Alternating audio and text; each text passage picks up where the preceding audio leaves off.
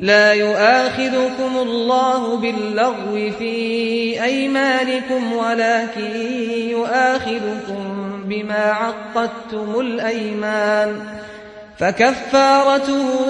إطعام 10 مساكين من أوسط ما تطعمون أهليكم أو كسوتهم أو تحرير رقبة،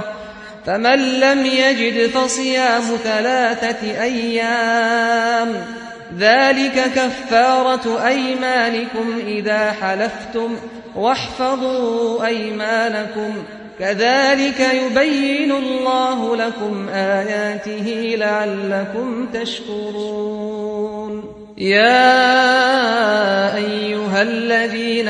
آمنوا إنما الخمر والميسر والأنصاب والأزلام رجس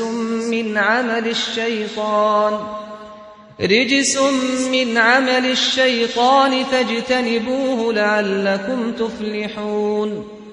إنما يريد الشيطان أن يوقع بينكم العداوة والبغضاء في الخمر والميسر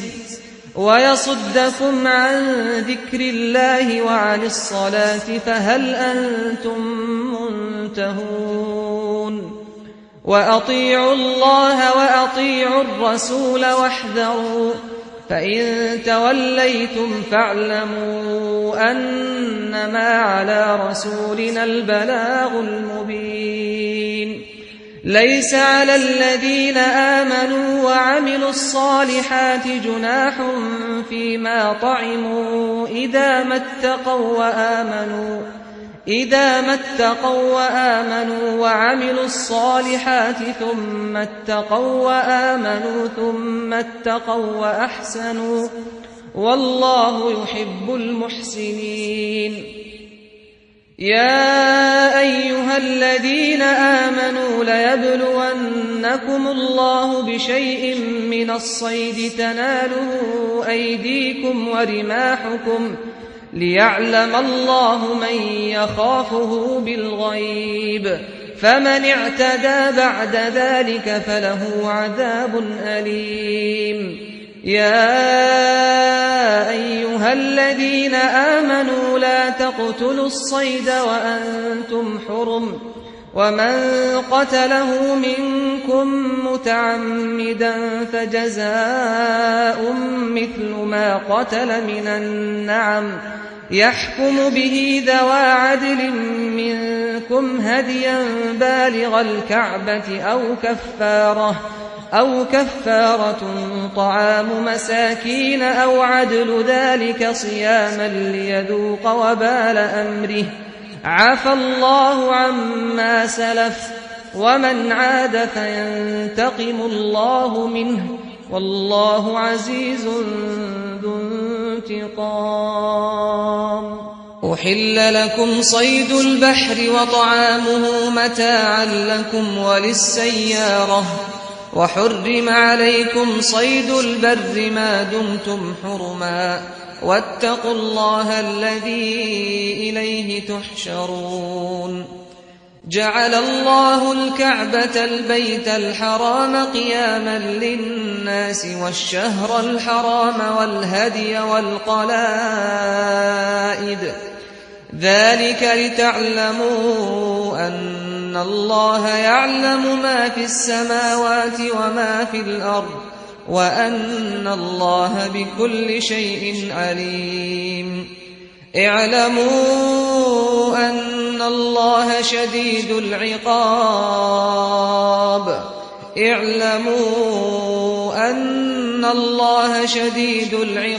وأن الله غفور رحيم. ما على الرسول إلا البلاغ، والله يعلم ما تبدون وما تكتمون. قل لا يستوي الخبيث والطيب ولو أعجبك كثرة الخبيث، فاتقوا الله يا أولي الألباب لعلكم تفلحون. يا أيها الذين الذين آمنوا لا تسألوا عن أشياء إن تبد لكم تسؤكم وإن تسألوا عنها حين ينزل القرآن تبد لكم عفى الله عنها والله غفور حليم. قد سألها قوم من قبلكم ثم أصبحوا بها كافرين. ما جعل الله من بحيرة ولا سائبة ولا وصيلة ولا حام ولكن الذين كفروا يفترون على الله الكذب وأكثرهم لا يعقلون. وإذا قيل لهم تعالوا إلى ما أنزل الله وإلى الرسول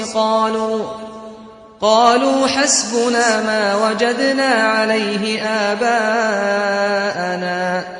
أولو كان آباؤهم لا يعلمون شيئا ولا يهتدون. يا أيها الذين آمنوا عليكم أنفسكم لا يضركم من ضل إذا اهتديتم إلى الله مرجعكم جميعا فينبئكم بما كنتم تعملون. يا أيها الذين آمنوا شهادة بينكم إذا حضر أحدكم الموت حين الوصية 2 ذوى عدل منكم أو آخران من غيركم إن أنتم ضربتم في الأرض فأصابتكم مصيبة الموت تحبسونهما من بعد الصلاة فيقسمان بالله إن ارتبتم لا نشتري به ثمنا ولو كان ذا قربى ولا نكتم شهادة الله إنا إذا لمن الآثمين. فإن عثر على أنهما استحقا إثما فآخران يقومان مقامهما من الذين استحق عليهم الأوليان فيقسمان بالله لشهادتنا أحق من شهادتهما وما اعتدينا إنا إذا لمن الظالمين. ذلك أدنى أن يأتوا بالشهادة على وجهها أو يخافوا أن ترد أيمان بعد أيمانهم واتقوا الله واسمعوا والله لا يهدي القوم الفاسقين. يوم يجمع الله الرسل فيقول ماذا أجبتم قالوا لا علم لنا إنك أنت علام الغيوب. إذ قال الله يا عيسى ابن مريم اذكر نعمتي عليك وعلى والدتك إذ أيدتك بروح القدس تكلم الناس في المهد وكهلا وإذ علمتك الكتاب والحكمة والتوراة والإنجيل وإذ تخلق من الطين كهيئة الطير بإذني فتنفخ فيها فتكون طيرا بإذني وتبرئ الأكمه والأبرص بإذني وإذ تخرج الموتى بإذني وإذ كففت بني إسرائيل عنك إذ جئتهم بالبينات فقال الذين كفروا منهم إن هذا إلا سحر مبين. وإذ أوحيت إلى الحواريين أن آمنوا بي وبرسولي قالوا آمنا واشهد بأننا مسلمون إذ قال الحواريون يا عيسى ابن مريم هل يستطيع ربك أن ينزل علينا مائدة من السماء قال اتقوا الله إن كنتم مؤمنين قالوا نريد أن نأكل منها وتطمئن قلوبنا ونعلم أن قد صدقتنا ونكون عليها من الشاهدين قال عيسى ابن مريم اللهم ربنا أنزل علينا مائدة من السماء تكون لنا عيدا لأولنا وآخرنا وآية منك وارزقنا وأنت خير الرازقين قال الله إني منزلها عليكم فمن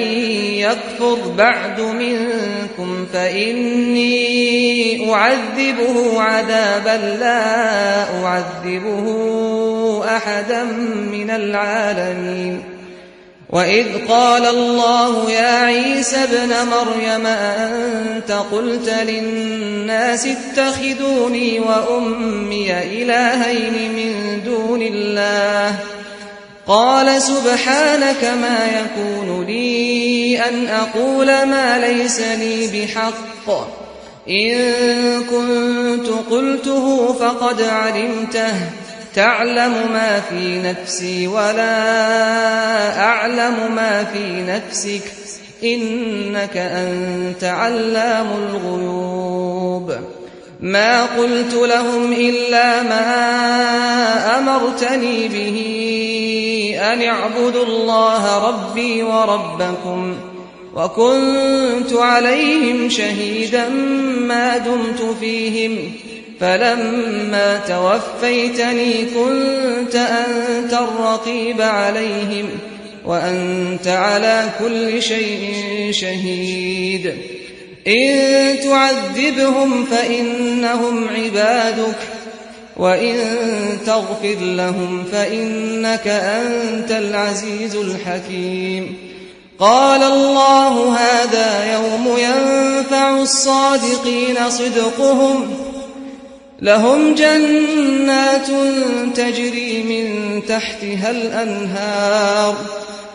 تجري من تحتها الأنهار خالدين فيها أبدا رضي الله عنهم ورضوا عنه ذلك الفوز العظيم لله ملك السماوات والأرض وما فيهن وهو على كل شيء قدير